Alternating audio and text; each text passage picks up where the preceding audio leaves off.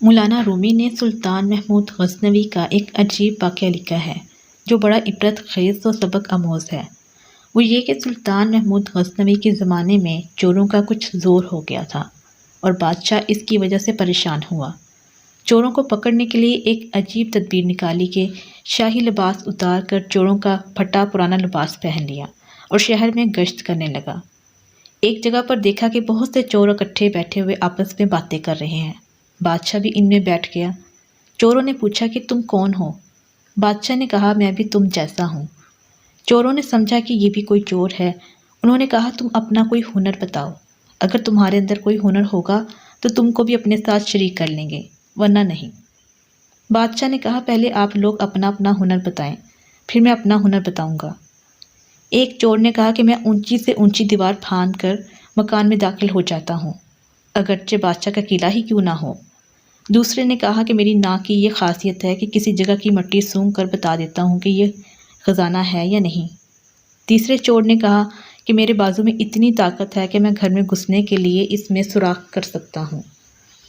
چوتھے چور نے کہا کہ میں ماہر حساب ہوں، کتنا ہی بڑا خزانہ کیوں نہ ہو، چند لمحوں میں حساب لگا کر تقسیم کر دیتا ہوں۔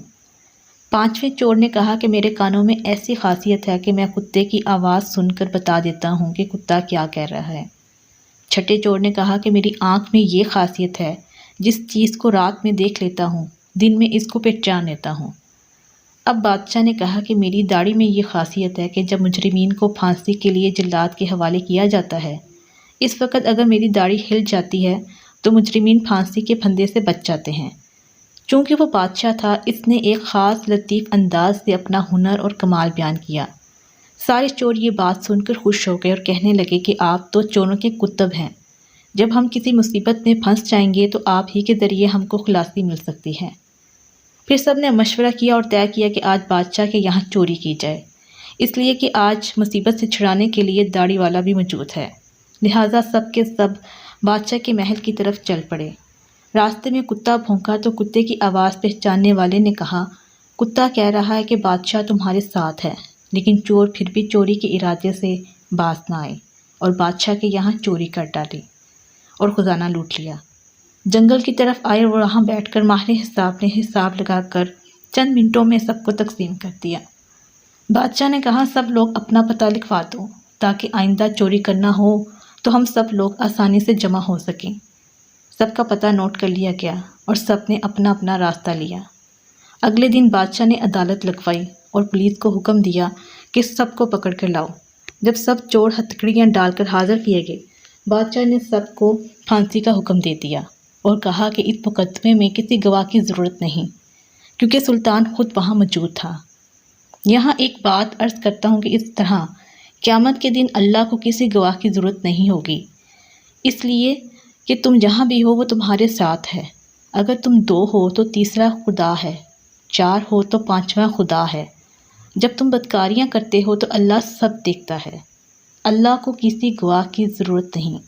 اس کے باوجود قیامت کے دن بندوں پر تمام حجت کرنے کے لیے ہاتھوں اور پیروں کی، فرشتوں کی اور صحیفہ اعمال کی گواہی ہوگی۔ الغرض جب 6 کے 6 چور پھانسی کے تختے پر کھڑے ہو گئے تو وہ چور جو آنکھوں کی خاصیت والا تھا، اس نے بادشاہ کو پہچان لیا کہ یہ وہی شخص ہے جو رات ہمارے ساتھ تھا۔ وہ تختہ دار سے چلایا کہ حضور کچھ دیر کے لیے امان دی جائے، آپ سے تنہائی کا موقع دیا جائے۔ بادشاہ نے کہا ٹھیک ہے، تھوڑی دیر کے لیے پھانسی کو موقوف کر دو اور اس کو میرے پاس بھیج دو۔ اس نے حاضر ہو کر عرض کیا کہ ہر ایک نے اپنی خاصیت بتا دی، ہر ایک نے اپنا ہنر بتا دیا۔ ہمارے وہ ہنر جن پر ہم کو ناز تھا، انہوں نے ہماری بدبختی کو اور بڑھایا کہ آج ہم تختہ دار پر ہیں۔ اے بادشاہ، میں نے آپ کو پہچان لیا ہے کہ آپ نے وعدہ فرمایا تھا جب مجرموں کو تختہ دار پر چڑھایا جاتا ہے، اگر اس وقت میری داڑھی ہل جاتی ہے تو مجرمین پھانسی سے نجات پا جاتے ہیں۔ لہٰذا آپ اپنا ہنر ظاہر فرمائیں تاکہ ہماری جان خلاصی پائے۔ سلطان محمود نے کہا تمہارے ہنروں نے تو تمہیں مبتلا قہر کر دیا ہے، لیکن یہ شخص جو سلطان کا عارف ہے، اس کی چشم سلطان شناس کے طفیل میں تم سب کو رہا کیا جاتا ہے۔ اس عجیب و غریب قصے کو بیان کر کے مولانا روم کہتے ہیں کہ دنیا میں ہر شخص اپنے ہنر پر ناز کر رہا ہے۔ بڑے بڑے اہل ہنر اپنی بدمستیوں میں مست اور خدا سے غافل ہیں، لیکن کل قیامت کے دن ان کے یہ ہنر کچھ کام نہ آئیں گے، بلکہ یہی دنیاوی ہنر ان کو مبتلا قہر و عذاب کر دیں گے۔ اور اس کے برخلاف جن لوگوں نے اس دنیا کے اندھیرے میں اپنے حقیقی بادشاہ اللہ کو پہچان لیا اور اس کی معرفت اپنے دلوں میں پیدا کر لی، قیامت کے دن یہ خود بھی نجات پائیں گے اور ان کی سفارش گناہ گاروں کے حق میں قبول کی جائے گی۔ یاد رکھو کہ جس نے دنیا کے اندھیرے میں اللہ کو پہچاننے کا ہنر سیکھ لیا تو پھر دوسرے ہنر سیکھنا کچھ مزر نہیں، کیونکہ پھر کوئی بھی ہنر آپ کو اللہ سے غافل نہیں کر سکتا۔ ڈاکٹر انجینئر بننا منع نہیں، بشرطیکہ کہ آپ اللہ سے غافل نہ ہوں۔ اس حقائق سے معلوم ہوا کہ چشم سلطان شناس ہی کام آئی، باقی ہنر تختہ دار پر لے گئی۔ اسی طریقے پر دنیا کے تمام کاروبار جو اللہ سے غافل ہو کر کیے جاتے ہیں وہ آخرکار انسان کو تباہی و بربادی میں ڈال دیتے ہیں۔ لیکن جب کوئی شخص اللہ کی معرفت کا نور حاصل کر لیتا ہے اور وہ اللہ سے غافل ہونے کی بجائے اللہ کا عاقل بن جاتا ہے تو وہ شخص خود بھی نجات پاتا ہے، دوسروں کو بھی نجات دلانے کا ذریعہ بن جاتا ہے۔ اس لیے سب سے بڑی چیز اللہ کی معرفت ہے۔ امام جلال الدین رومی نے لکھا ہے کہ ایک آدمی سفر پر نکلا، جنگل میں چلتا رہا۔ جنگل میں بہت دور چلنے کے بعد اسے تھکان ہوئی اور تھکان کی وجہ سے نیند غالب ہو گئی۔ اس نے سوچا کہ آرام کر لوں، لیکن آرام کرنے کے لیے اس میں ہمت نہیں ہوئی کیونکہ جنگل کا راستہ ہے اور جنگل کے راستے میں وہ کیسے آرام کرے۔ سوچتا رہا کہ کوئی چیز مجھے ایسی مل جائے جس کی وجہ سے مجھے کچھ سہارا مل جائے تو میں آرام کر لوں۔ بہت آگے جانے کے بعد دیکھا کہ ایک جانور سویا ہوا ہے۔ اس نے کہا بہت اچھا، یہ کوئی جانور سو رہا ہے، میں بھی اس کے بازو میں سو جاؤں۔ چنانچہ جانور کے بازو میں وہ بھی جا کر لیٹ گیا۔ نیند کا اتنا غلبہ تھا، تھکان ایسی تھی کہ بس پڑتے ہی نیند لگ گئی۔ کچھ دیر بعد اسی راستے سے ایک دو آدمی آ رہے تھے۔ پیچھے سے آتے آتے جب وہ وہاں پہنچے تو ایک عجیب منظر انہوں نے دیکھا کہ ایک انسان سویا ہوا ہے اور اس کے بازو میں جو جانور سویا ہوا ہے وہ حقیقت میں شیر ہے۔ یہ لوگ بہت پریشان ہوئے کہ کہیں یہ شیر جاگے اور اس بیچارے کو کھا جائے۔ انہوں نے آہستہ سے سونے والے کو آواز دی اور جگایا۔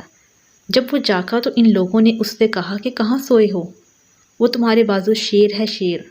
بس جناب اتنا سنتے ہی وہ گھبرایا، پریشان ہوا اور ڈر کے مارے اس کی جان نکل گئی، مر گیا۔ اس سے معلوم ہوا ہے کہ خوف بھی معرفت و پہچان کے نتیجے میں پیدا ہوتا ہے۔ اگر معرفت و پہچان نہ ہو تو خوف نہیں آ سکتا، جب پہچان ہوگی تو خوف آ جائے گا۔ دیکھیے، جب تک اس شیر کی معرفت و پہچان نہیں تھی تو اس پر شیر کا خوف بھی پیدا نہیں ہوا۔ جیسے ہی شیر کی معرفت حاصل ہوئی تو اس کا خوف بھی پیدا ہوا اور وہ مر گیا۔ اسی طرح جب اللہ کی پہچان انسان کو ہو جاتی ہے کہ اللہ کتنا بڑا اور زبردست ہے، کتنی بڑی طاقت والا ہے، وہ کیا سے کیا کر سکتا ہے، جب یہ پہچان اللہ کی انسان کو ہوگی تو ایسا نہیں ہو سکتا کہ اس کے دل کے اندر کوئی ہلچل نہ مچے اور اس کی وجہ سے اس کے دل میں اللہ کا خوف پیدا نہ ہو۔ حضرت مولانا ذوالفقار احمد صاحب دامت برکاتہم کی بعض کتابوں میں لکھا ہے کہ حضرت ابراہیم خلیل اللہ ایک مرتبہ بکریاں چرا رہے تھے۔ راستے میں ایک آدمی اللہ تعالیٰ کی محبت میں یہ تسبیح پڑھتا ہوا جا رہا تھا، سبحان المالک القدوس، سبحان العزت والہیبت والکبریاء والجبروت۔ حضرت ابراہیم علیہ السلام کو یہ جملے بڑے اچھے لگے، اور ظاہر بات ہے کہ جس سے محبت ہوتی ہے اس کے ذکر سے دل کو لذت ملتی ہے اور دل اس کے لیے بے قرار ہو جاتا ہے۔ لہٰذا حضرت ابراہیم علیہ السلام نے اس آدمی سے درخواست کی کہ وہ اللہ کی تعریف کے یہ جملے ایک بار دوبارہ دہرائے، تو اس نے کہا کہ میں دوبارہ پڑھوں گا تو آپ کیا دیں گے؟ حضرت ابراہیم علیہ السلام نے فرمایا کہ میں اپنی آدھی بکریاں دے دوں گا۔ اس نے وہ تسبیح دوبارہ پڑھی اور آپ نے اپنی آدھی بکریاں اس کو دے دیں۔ مگر جب آپ نے ان جملوں کو سنا تو محبت خداوندی سے اور زیادہ بے قرار ہو گئے اور اس سے ایک بار پھر دوبارہ پڑھنے کو کہا۔ اس نے پوچھا کہ اب کے پڑھوں تو کیا دو گے؟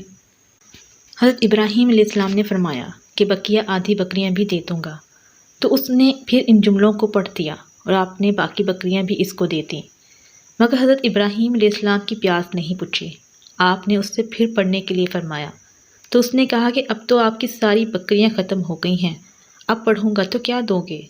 حضرت ابراہیم علیہ السلام نے فرمایا کہ جی ہاں، بکریاں تو ختم ہو گئی ہیں اور کوئی چیز میرے پاس دینے کو نہیں، مگر خود میری ذات تو موجود ہے اور آپ کو بھی کوئی بکری چرانے والا چاہیے، اس لیے ایک بار اور پڑھ دیجیے اور اس کے بدلے میں آپ کا غلام بن جاؤں گا، آپ مجھ سے ان بکریوں کو چرانے کا کام لے لیں۔ یہ سن کر اس آدمی نے کہا کہ دراصل میں اللہ کا فرشتہ ہوں، تمہارا امتحان لینے آیا تھا کہ آپ کو اللہ سے محبت کتنی ہے، یہ میں دیکھنا چاہتا تھا۔ آپ کامیاب ہو گئے، یہ لیجیے آپ کی بکریاں۔ کیا عجیب محبت تھی، کیسا عشق تھا کہ ایک بار اللہ کا نام لینے اور اس کی تسبیح بیان کرنے پر پہلے تو ساری بکریاں دے دیں، پھر خود اپنی ذات کو غلامی کے لیے پیش کر دیا۔